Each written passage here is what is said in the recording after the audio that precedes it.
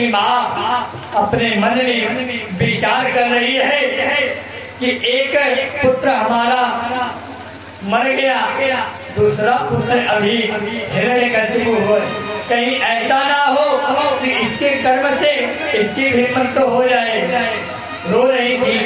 तो उसी समय हिरण्यकशिपु ने अपनी माता जी को समझाया क्या कि माँ न रो, जिसने हमारे भाई का हत्या किया है मैं अपने भाई का हत्या का बदला लेकर के रहूंगा। या मन में विचार करता हुआ वह हिरण्यकशिपु अखंड समाधि लगा लिया। और जब अखंड समाधि लगा लिया तो समाधि लगाने के प्रभाव से उसके शरीर पे दीमक लग गया। क्या लग गया बोलो ना तेजी से। जैसे पौधे में मिट्टी लग जाती है और उसमें कीड़े उत्पन्न हो जाते हैं, दीमक, ऐसे ही हिरण्यकशिपु के शरीर पर दीमक लग गई। इतनी अखंड समाधि लगा, देवता सब कांपने लगे, डर गए, भयभीत हो गए और ब्रह्मा जी के पास आए। ब्रह्मा जी ने कहा क्या हुआ? देवताओं ने बताया महाराज इंद्र सबसे पहले डर गए, कहीं ऐसा ना हो कि हिरण्यकशिपु हमारा इंद्रासन छीन ले तपस्या करके। और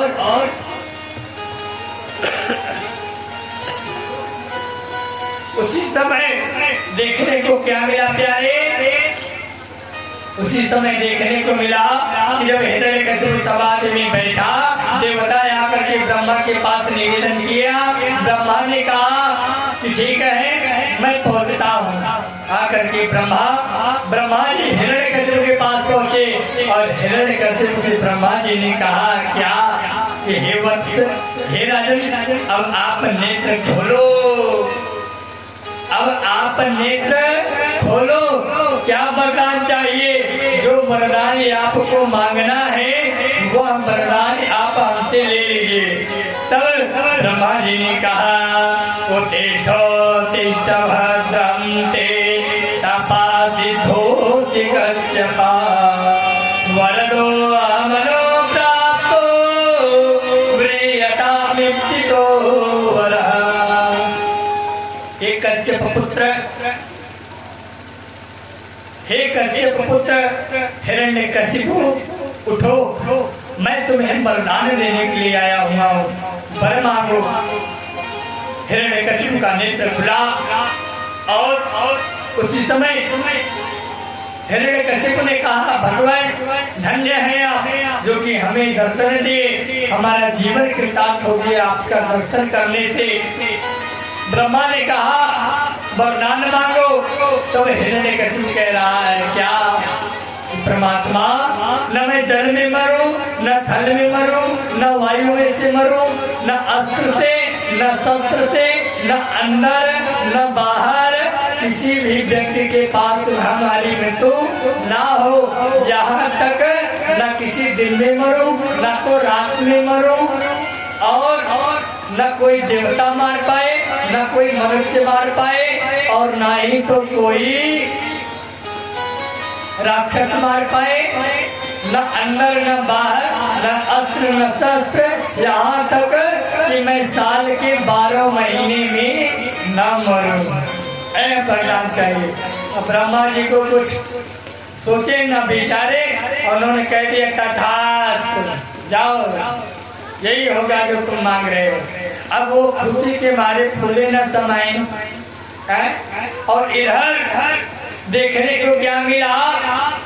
हिरण्यकशिपु की धर्मपत्नी कयाधु, क्या नाम है? कयाधु। वो मन में विचार कर रही है कि एक न एक दिन हमारे पति देवता आएंगे। पति का आस लगाए बैठी हुई है। उसी समय कयाधु गर्भ से थी और वह कयाधु हिरण्यकशिपु की पत्नी जाकर के संत के आश्रम में रह रही थी। और संत के आश्रम में रहने के प्रभाव से श्री नारद जी महाराज संपूर्ण कथा श्रवण कराए हुए हैं कयाधु को। जब कथा श्रवण कराए तो उसी समय देखने को क्या मिला प्यारे? कथा को श्रवण करने से कयाधु का जो गर्भ था उस पर असर आया। वह भक्त कौन था? प्रहलाद। कौन थे? प्रहलाद। भक्त प्रहलाद भी का इधर प्रादुर्भाव हुआ। हिरण्यकशिपु आकर के अपने धर्म पत्नी के साथ, कयाधु के साथ, प्रहलाद जी के साथ में रह रहा है और मन में विचार किया हुआ है क्या कि जब हमारा यह पुत्र, ज्येष्ठ पुत्र बड़ा होगा तो ये जैसे हम कर रहे हैं, जो व्रत हम अपना रहे हैं, वही व्रत वही कार्य हमारा संतान भी करेगा। हिरण्यकशिपु जैसे ही वरदान पा करके राज्य में आया, ब्राह्मणों का यज्ञ बंद करवाने लगा, जब तक पूजा पाठ नियम दान पुण्य सब बंद करवाने लगा, देवताओं का भी पूजा बंद करवाने लगा। हमारे इस कलयुग में भी कुछ राक्षस उत्पन्न हो गए जो कहते हैं कि तुलसी पूजा नहीं करना चाहिए, देवताओं का फोटो का पूजा नहीं करना चाहिए, मूर्ति पूजा नहीं करनी चाहिए, ब्रह्म का चिंतन करना चाहिए। मैं कहता हूँ कुछ ब्रह्म का थोड़ा सा स्वरूप दिखा के बताओ। बिना स्वरूप का कोई रूप होगा? बिना आत्मा का कोई परमात्मा दिखेगा? एक सज्जन व्यक्ति थे, बड़े अच्छे भक्त थे और अपने गुरु जी के प्रति बड़ा भाव रखते थे। एक दिन वो हमारे पास आए और उन्होंने कहा महाराज जी, हमने कहा जी भैया, उन्होंने कहा महाराज जी ये जो आप देवताओं की फोटो का पूजा करते हैं ये सब नहीं करना चाहिए। हमने कहा क्यों? उन्होंने कहा किसी ग्रंथ में लिखा नहीं है। हमने कहा अच्छा ठीक है भैया। तो वो अपने एक दिन हम उनके घर पर पहुंच गए। अचानक जाते रास्ते से पहुंच गए उनके घर पर, भगवान का नाम का कीर्तन करते हुए माला लिए सुनने सीताराम सीताराम करते पहुंचे। देखे तो बड़े प्रेम से मिले, बड़े प्रेमी थे। जब पहुंचे तो हमारे मन में विचार आया, हमने कहा भैया आपने कह रखा था कि जो है देवताओं का पूजा नहीं करना चाहिए, यही है? बोलो ना, फोटो का पूजा नहीं करना चाहिए, तुलसी का पूजा नहीं करना चाहिए, गाय का पूजा नहीं करना चाहिए, पत्थर का पूजा नहीं करना चाहिए। सही कह रहे हैं आप, क्या आप नहीं करते ना? उन्होंने कहा महाराज जी मैं करता ही नहीं हूँ, किसी भी देवता का पूजा नहीं करता हूँ, केवल अपने गुरु जी का गुरु मंत्र का जप करता हूँ जो उन्होंने दे रखा है। हमने कहा बड़ा अच्छा करते हैं। वो अपने पास में एक अपने पिताजी की फोटो चिपकाए हुए थे दीवार में। हमने कहा ये कौन है भैया? उन्होंने कहा ये हमारे पूज्य पिताजी हैं। कौन? हमने कहा उतारो इनको।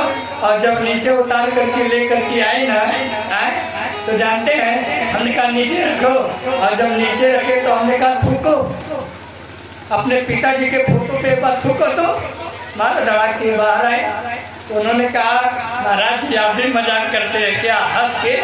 हमने कहा मजाक नहीं कह रहा हूँ, सही कह रहा हूँ, थूकिए एक बार। उन्होंने कहा ये तो हमारे पिताजी हैं, मैं अपने पिताजी के फोटो पर नहीं थूक सकता। हमने कहा जब तुम अपने बाप के फोटो पे नहीं थूक सकते तो ये हमारा परमात्मा तो संपूर्ण सृष्टि को बनाया हुआ है, मैं इसे कैसे छोड़ दूंगा मूर्ख। बोलो ना, बोलो जय सिया राम, जय श्री राम।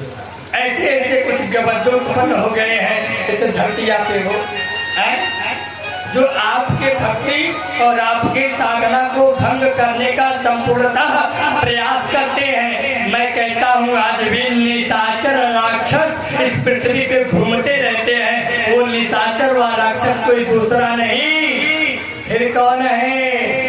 वह निशाचर राक्षस मनुष्य ही है। बड़ी बड़ी दांत नहीं है, आँखें नहीं है, उल्टा हाथ पाँव नहीं है, मनुष्य का रूप ही लेकर के आता है और हमारी साधना को भंग करता है।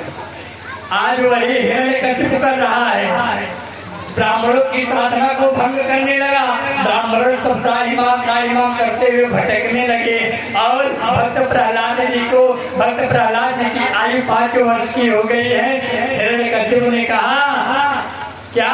हिरण्यकशिपु अपना दैत्य गुरु शुक्राचार्य को बनाया महाराज, क्या हमारे विद्या जो हमारे कार्यक्रम जो हमारे विद्यालय में पढ़ाए जाते हैं उस विद्यालय का शिक्षा दीक्षा इस बच्चे को ग्रहण कराया जाए। क्या नाम था उस विद्यालय का? हिरण्यकशिपु महाविद्यालय है। उसमें जो बच्चे पढ़ाई किया करते रहे वो बच्चे क्या पढ़ाई किया करते रहे? का से काला, खा से खाला और गा से गाला अब घास से घर जाला, यही पढ़ाई होती है। इसका कोई अर्थ नहीं है। हिरण्यकशिपु महाविद्यालय में शुक्राचार्य जी महाराज प्राचार्य बने बैठे हुए हैं और शुक्राचार्य जी के दो शिष्य हैं। एक का नाम है संड अमर्क। क्या नाम है? संड और अमर्क नामक के दो शिष्य हैं। दोनों विद्यालय के टीचर हैं। हिरण्यकशिपु ने कहा हमारे भक्त प्रहलाद जी को अपनी शिक्षा दीक्षा पढ़ाया जाए। भक्त प्रहलाद जी बचपन से ही क्या पढ़ते थे?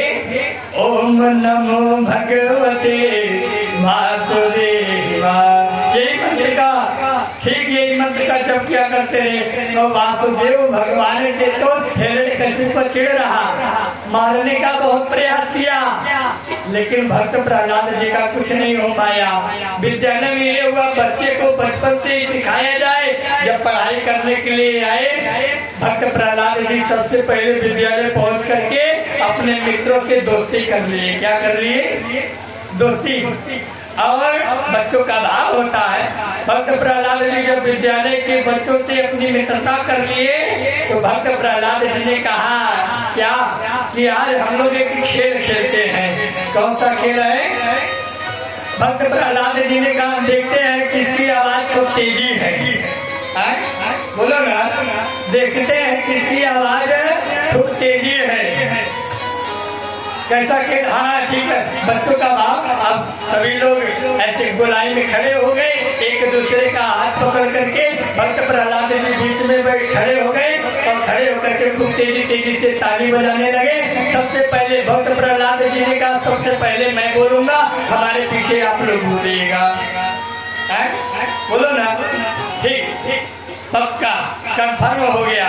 बोलने लगे। भक्त प्रहलाद जी ने बड़ा सुंदर वाक्य बोला, ओम नमो भगवते वासुदेवाय, ओम नमो भगवते वासुदेवाय, ओम नमो भगवते वासुदेवाय, ओम नमो भगवते वासुदेवाय, वासुदेवाय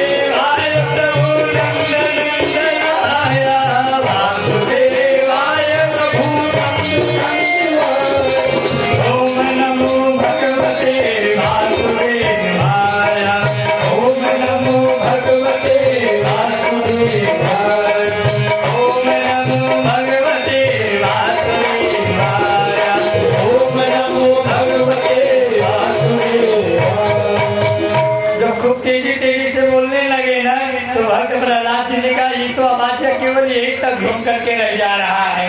ऐसा बोलो कि लोग सुने कि हाँ किसकी आवाज तेज है, कौन पास है, कौन फेल है। जब खूब तेजी तेजी से बोलने लगे तो भक्त प्रहलाद जी ने कहा बोलो ना तेजी से, ओम नमो भगवते वासुदेवाय, ओम नमो भगवते वासुदेवाय, ओम नमो भगवते वासुदेवाय, वासुदेवाय प्रभु नंद नंदनाय, वासुदेवाय प्रभु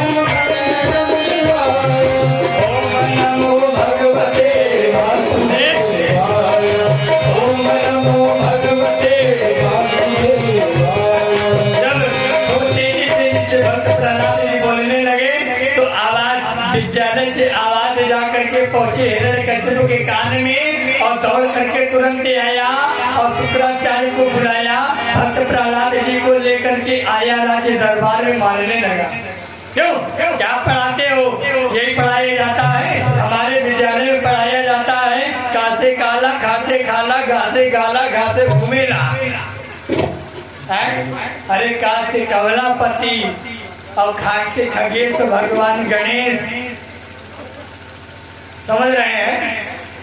ये पढ़ाई होती है। लेकिन आज का पढ़ाई क्या है वो है?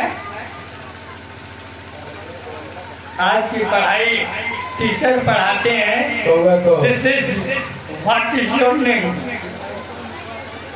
बड़ा सुंदर, इतनी तेजी से व्हाट इज योर नेम इतनी तेजी से बोलते हैं, क्या होता हूँ? अरे थोड़ा आराम से बोलिए ना भैया, आपका क्या नाम है? बड़ा सुंदर सादा रात का नाम, शुभ है आपका नाम, ये शब्द लगा के बोलने से इससे प्रेम रस होता है।